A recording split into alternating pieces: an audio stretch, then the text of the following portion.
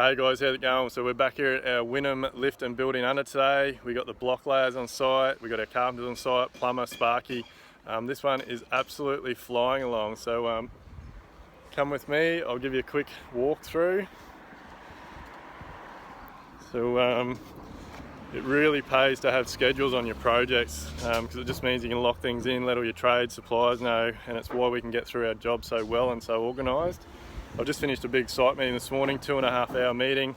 We've had the clients on site, we've done a full pre-electrical walkthrough. So we go through with our clients, we just confirm light switches, power points, lighting positions, all that type of stuff. Give them some advice, talk about where they're going to have bedside tables, coffee tables, lounges, all that type of thing to make sure that the house is roughed in to suit their requirements and their needs and get their electrical spot on. But you'll see at the front here, our own guys have been prepping all the external concrete, so and they've completed the new stairs there. So all the external concrete on this job is to match internal, so it's all honed concrete. So I don't know if you can see here, but it's extra thick, 150 thick, 2 layers of SL92 mesh, and then we've got some thickenings along the outside, so on each side it's going to be 200mm thick, and that's just to try and eliminate the amount of movement and cracking in the concrete. And the boys have set up a little bit of a bridge there so that they can keep walking over the mesh. But one thing we do that is above and beyond, because it's a pet hate of mine, you'll see how many chairs we got in there. So this is only a 1100 wide path. I make my boys put the chairs in. Not sure if you can see that, but the chairs are the things that hold the mesh off the ground.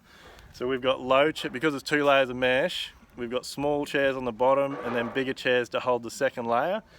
I make the guys put the chairs in at 400 to 500 centres. I can't stand when people are walking on the mesh and it's touching the ground, because that means when your concrete goes in, that's what's going to happen to it. Your concrete, as everybody's walking on it, your mesh is going to be touching the ground, it's not going to have the correct cover, and it's basically useless. If the mesh isn't in the right position running through the slab, and you've got correct cover on your mesh, it's useless. It may as well not be in there, and that's why you get more cracking. So again, it's just one of the details. Everything we do in our jobs is perfect.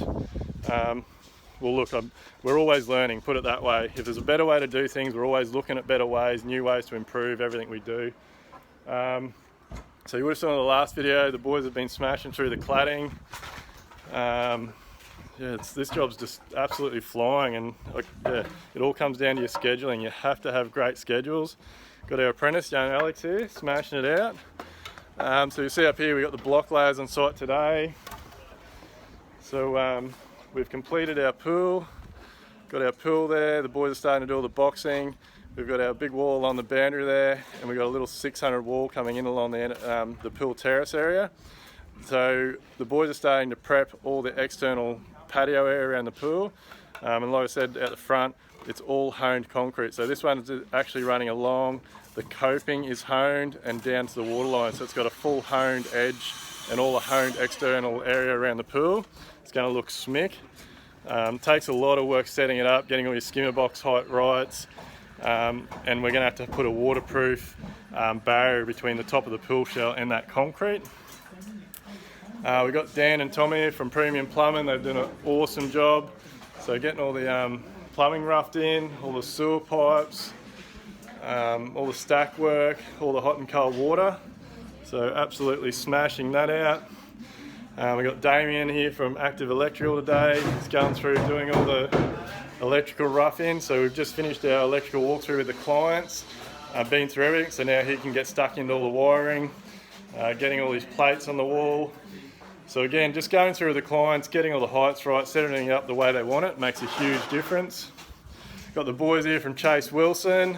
Good name, that one.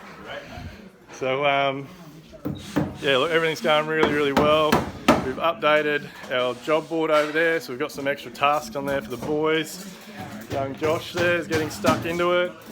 We've had the boys yesterday from Wahoo Air Conditioning on site, so this one's got 5 split systems. We prefer to do ducted, but this project only had a budget for split systems.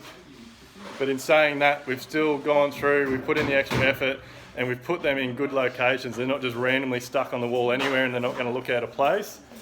One of the big things we spoke to the client about this morning was having a home hub area. So we put the conduits in our slab right back when we did our slab prep. So Aaron Wales from AWBD Building Design is good for this. He put a location in for a home hub. So we put the conduits through the slab, so the NBN and the services will be able to come in from the footpath. The conduit's already there. We'll set that area up as a hub. That'll be all the data. And then from that, the modem, everything will go there. From that point, we'll run data to the study, the TV, the upstairs study, the upstairs TV. And we're also going to put some Wi-Fi boosters in this house because the clients run a business from home and they need really good Wi-Fi. So again, you've got to think about all this stuff at this stage. If you get everything in the right position, in the right location, you know the client's needs, especially something like running a business from home, we can get everything set up perfectly so there's never any problems. What else we got here at the moment? The boys have straightened out the original old window hoods. There is an extra one that the owner's getting repaired. It's got to get some welding done to it, but they're getting all ready to go on the outside walls. That's about it. Stuck back out here. So we've got old Brad over there. He's getting all the steel tied up, ready to go on the footings around the pool. And we got the blockies here from Crosh and Sons smashing out the block work. So job's flying along. We'll keep you updated. Cheers, guys.